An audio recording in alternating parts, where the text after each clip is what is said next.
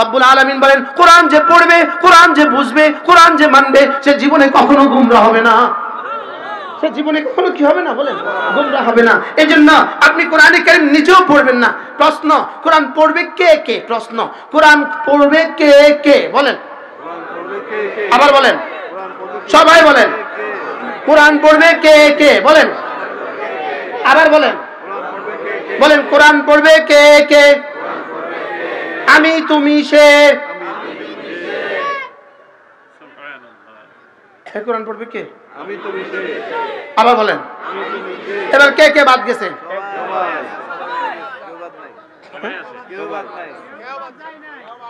DC সাহেব, SP সাহেব, টিউনো সাহেব, ওসি সাহেব, সচিব সাহেব, মন্ত্রী সাহেব, ডক্টর ইউনূস সাহেব, খালেদা জিয়া সাহেব, তারেক জিয়া সাহেব। এই কোরআন পড়বে কে কে? কারণ পার্সন হলো মোট তিনটা, আমি, তুমি, সে। পার্সন হলো মোট কয়টা বলেন? First person, second person, third person. আমি, তুমি, সে। সে, তাহারা, তুমি, তোমরা, আমি, আমরা। বলেন, সে, তাহারা, তুমি, তোমরা, আমি, আমরা। এর বাইরে আর কে আছে? তাহলে কোরআন পড়বে কে কে? সবাই কর না, আমি, তুমি, সে। বলেন, আবার বলেন। ওরা কয়দিন আগে একটা স্লোগান দিছিল, আমি কে, তুমি কে, রাজাকার, রাজাকার। মূলত এই স্লোগানটা কেন দিল? আমার একটা গবেষণায় বুঝে আসে, একটা শব্দ ছিল রাজাকার, একটা শব্দ রাজাকার। কি শব্দ? রাজাকার শব্দটা হিন্দুস্তানে আর পাকিস্তানে খুব প্রিয় শব্দ, খুব প্রিয়। ইন্ডিয়ার পাকিস্তানে খুব প্রিয়, খুব কি। যেমন আজকে এই মাঠে যারা স্বেচ্ছায় কাজ করছে এদেরকে বলছে রাজাকার। মনে হয় বুঝেন নাই? এই মাঠে আজকে কিছু মানুষ ঝাড়ু দিছে না, বেতন দিয়ে না, বেতন ছাড়া, এরা হলো রাজাকার। কিছু মানুষ এখানে ফুলগুলো বিছাইছে না, এরা হলো কি বলেন? পরে মানা। সুবহানাল্লাহ। চারটা জিনিস মুখস্থ করেন: ইলম, ঈমান, আমল, তাকওয়া। আবার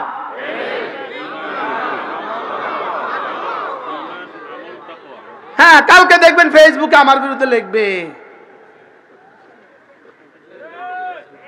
ফেসবুকে আমার বিরুদ্ধে কি, কালকে সুন্দর মতো আমার বিরুদ্ধে ফেসবুকে 2-4-10 পৃষ্ঠা লিখে দিবে। সেই আগে বলছে ইলম, পরে বলছে ঈমান। আমি আপনাদেরকে একটা উদাহরণ দেই, একটা উদাহরণ। আমাদের বাচ্চারা যখন 6 বছরের বাচ্চা যখন নুরানি মাদ্রাসায় ভর্তি হয়, ও কি কি পারে বলেন না? কিচ্ছু পারে না, বলেন না? ও শুধু শিখছে আলিফ, বা, তা, সা। শিখছে না? শিখছে না? ও শুধু শিখছে খাওয়ার হাতকে ডান হাত বলে, অপর হাতকে বাম হাত বলে। ও শুধু এটা শিখছে, আর কিছুই শিখে নাই, আর কিছু শিখছে। এবার তারা আপনি জিজ্ঞাসা করেন, এই আল্লাহ কয়জন রে? একজন। আরে সুবহানাল্লাহ কয় না? আর কি কেবো কন? একবার আল্লাহ একজন। কি রে তুই কইতে শিখলি? তুই কইতে শিখলি? আলিফ শিখছে, আল্লাহ একজন শিখে গেছে। আরে সুবহানাল্লাহ বলেন না? আলিফ শিখছে, কি শিখেছে? কি শিখেছে? আল্লাহ একজন কি শিখেছে?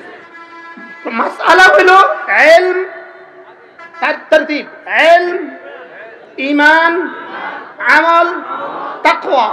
এখন প্রশ্ন, হুজুর আপনি যে বললেন ইলম আগে ঈমান পরে, এই দূরত্বটা কত দূর? প্রশ্ন বলেন, এই দূরত্বটা কত দূর? বলেন না, ইলম, ঈমান, এই দূরত্বটা কত দূর? আচ্ছা, আপনি যখন কাঠির মধ্যে, লাকড়ির মধ্যে ম্যাচ দিলেন, আগুনটা উঠলো, আগুনের সঙ্গে সঙ্গে ধোঁয়াটা উঠলো, এই ধোঁয়ার আগুনের মধ্যে গ্যাসটা কত দূর? জোরে কয় না? কোনো গ্যাপ আছে? কোনো গ্যাপ আছে? আগুন আর ধোঁয়ার মধ্যে গ্যাসটা কত দূর? বলেন না, কোনো কি নাই। এবার বলুন তো দেখি, কোনটা আগে কোনটা পরে? আগুন আগে। এবার বলেন কোনটা আগে কোনটা পরে? এবার বলেন ইলম আগে না ঈমান আগে? এবার কত দূর, কত দূর? সুবহানাল্লাহ বলেন কি ভাই? আচ্ছা, সুইচ আগে না লাইট আগে? সুইচ আগে না লাইট আগে? সমান সমান কি? সমান সমান। সুইচ আগে, সুইচ আগে না লাইট আগে? লেকিন দূরত্ব কত দূর? দূরত্ব কিন্তু আছে, এত অল্প দূরত্ব যেটা বোঝা যায় না। আমি যে এখন বক্তৃতা দিচ্ছি, আমি যে এখন কথা বলছি, আপনাদের কানে শুনছেন, আমার কানেও শুনছি, কিন্তু বলেন তো কার কানে আগে শুনে?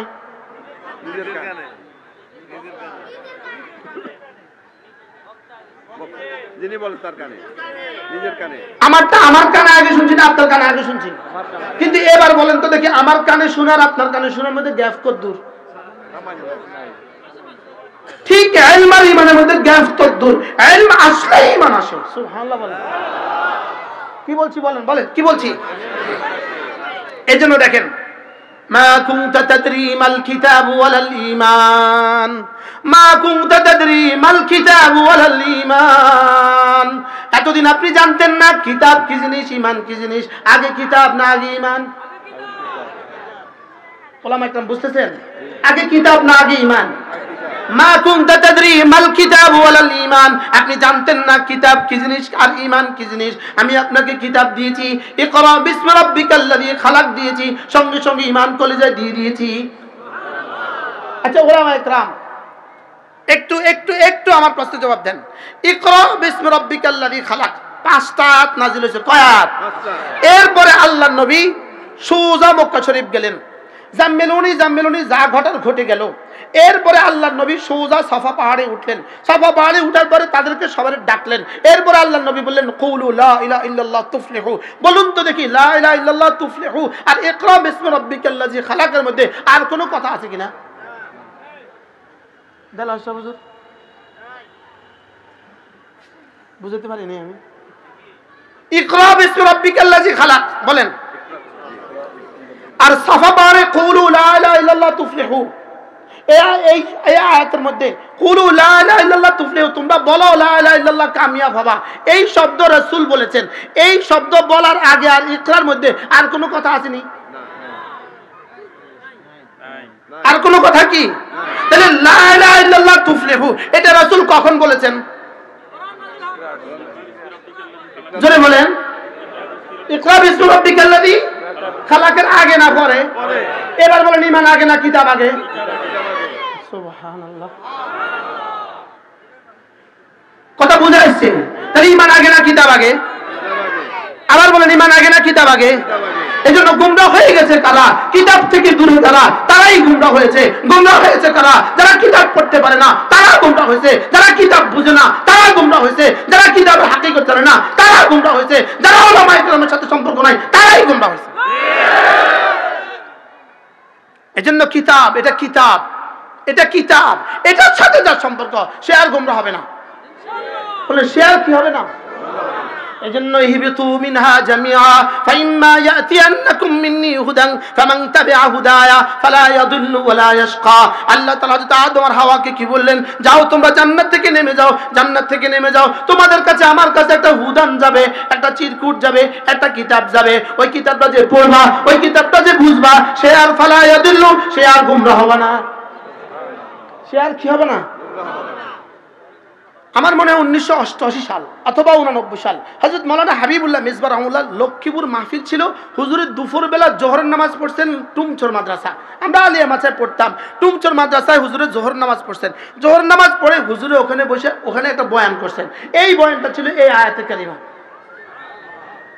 ফামান তাবিআ হুদায়া ফালা ইয়াদুল্লু ওয়ালা ইয়াশকা।